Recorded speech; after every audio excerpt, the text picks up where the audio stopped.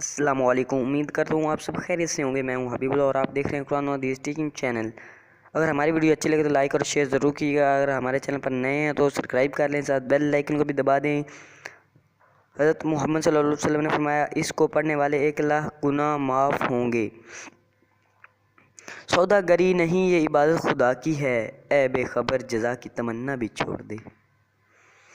خوش قسمت ہے وہ انسان جس کے لیے کوئی روئے، بد قسمت وہ شخص جس کی وجہ سے کوئی روئے۔ یہ سوچو، اللہ تمہاری دعا کو فوراً قبول کیوں نہیں کرتا؟ یہ شکر کرو کہ تمہارے گناہوں کی سزا فوراً نہیں دیتا۔ ہر چیز اپنے وقت پہ اچھی لگتی ہے، نیکی کمانے کا صحیح وقت جوانی ہے۔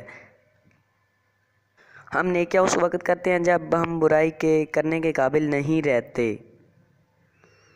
حضرت ابو ہریرہ رضی اللہ تعالیٰ عنہ روایت ہے کہ رسول اللہ صلی اللہ علیہ وسلم نے فرمایا، میرے ہاتھ کو پکڑ کر ارشاد فرمایا، اللہ رب العزت مٹی کو ہفتے کے دن پیدا کیا اور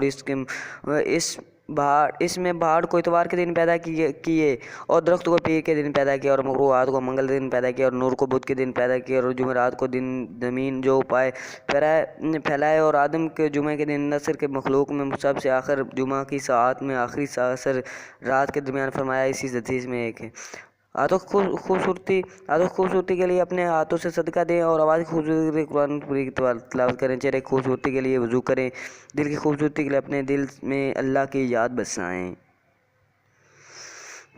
بڑا انسان وہ ہے جس کی محفل میں کوئی خود کو چھوٹا نہ سمجھے۔ جس شخص نے ہر جمعہ کو اپنے والدین سے کسی ایک قبر اس کے نام نیکوکاروں میں لکھا جائے گا۔